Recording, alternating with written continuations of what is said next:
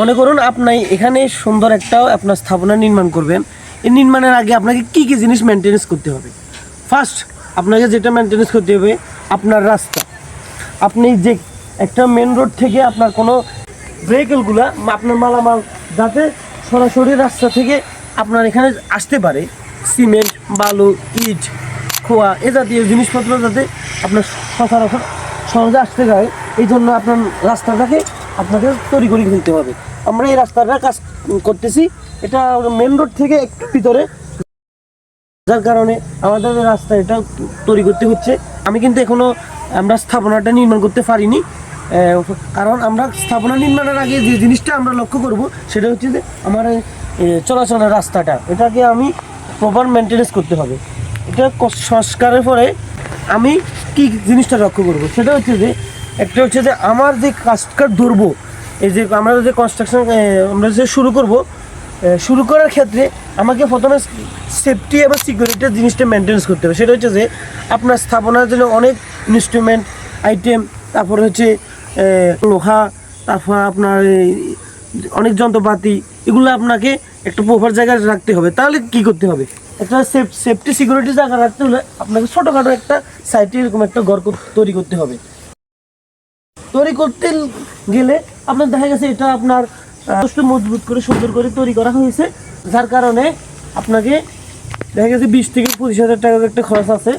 এটা আপনি এটা একটা সিকিউরিটি তালা সিস্টেম করে আপনি এখানে আপনার কনস্ট্রাকশন রিলেটেড যন্ত্রপাতি, মেশিনপত্র, তারপর আপনার সিমেন্ট, তারপর আপনার মূল্যবান জিনিসপত্র এখানে রাখতে পারবেন। কারণ আপনার ইনস্ট্রুমেন্ট, আপনার সিকিউরিটি। এর পরবর্তী আপনাকে কাজ শুরুর আগে আপনাকে যে জিনিসটা লক্ষ্য রাখতে হবে সেটা হচ্ছে যে একটা পানির ব্যবস্থা করতে হবে। সেটা হচ্ছে যে আমরা সাধারণত যেসব সাইটে পানি ব্যবহার করি সেটা হচ্ছে যে আপনাকে খাওয়ার পানি ইউজ করতে হবে। সেটা হচ্ছে আমরা টিউবওয়েলের পানি, পানযোগ্য পানি আমরা সাইটে ইউজ করবো, ডালাইতে ইউজ করবো, ফাউন্ডেশনের ক্ষেত্রে ইউজ করবো, সকল জায়গায় গায়ে খাওয়ার পানি ইউজ করতে হবে। কোনো পুকুরের পানি অ্যাড করা যাবে না, এবং কোনো ময়লাযুক্ত ডোবা, খালের পানি এগুলা সাইটে কনস্ট্রাকশনের কাজে ব্যবহার করা যাবে না। দ্বিতীয়ত আপনাকে এটা যখন ব্যবহার করা যাবে না, তার মানে কি করতে হবে, আপনাকে প্ল্যানের কাজ শুরু করার আগে, আপনার কনস্ট্রাকশন ঘরের কাজ শুরু করার আগে আপনাকে পানির পাম্প বসাতে হবে আপনার সাইটে। তারপরে আপনাকে কী করতে হবে, মানে বিদ্যুতের ব্যবস্থা করতে হবে। একটা যে মিটার আমরা যেখানে লাইনটা পেয়েছি, এই মিটারের মাধ্যমে আমরা এখন বিদ্যুৎটা পেয়ে যাবো আর কি। মানে এটি হচ্ছে আপনার 3য় নম্বর কাজ।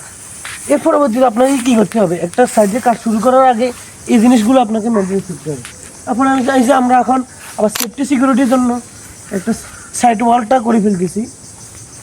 সাইড ওয়ালটা করে ফেলতেছি এই কারণে যাতে আপনার সেফটিটা ইনশিওর করা যায়। এটা উনি আমাদের মালিক পক্ষ আমাদের স্ট্রাকচারাল কাজের সহযোগিতার জন্য উনি আমাদের মতো করে চাচ্ছে। আপনি চাইলে একটু আপাতত এরকম করে ফেলতে পারেন। এর পরবর্তীতে আপনার কী কাজ, সেটা হচ্ছে যে আপনার কাজ শুরু করার আগে আমরা যে এস্টিমেট দিয়েছি আপনাদেরকে, এই একটা ইঞ্জিনিয়ারের যে এস্টিমেটের কপিটা আমি এখানে ভিডিওতে দিয়ে দিব, আপনারা দেখে নেবেন। এস্টিমেট যেটা দিয়ে দিছি, এস্টিমেট অনুযায়ী আপনাকে এগুলা অ্যারেঞ্জমেন্ট করতে হবে। সেটা হচ্ছে যে আমরা এখানে একটা শুরু থেকে একটা ফার্স্ট ফ্লোর পর্যন্ত আমরা 17,000 ইটের খোয়া, এই যে এখানে প্রায় 5 থেকে 7,000 ভাঙা হয়েছে। আর এখানে ইট আছে, এগুলো আমরা ভাঙাবো, এগুলা 2 দিনের ভিতরে ভাঙাবে। ভাঙানোর পরে এটা এখানে 16,000-17,000 ইট আছে, এগুলা হয়ে গেলে আমরা কাজ শুরু করতে পারবো ইনশাল্লাহ।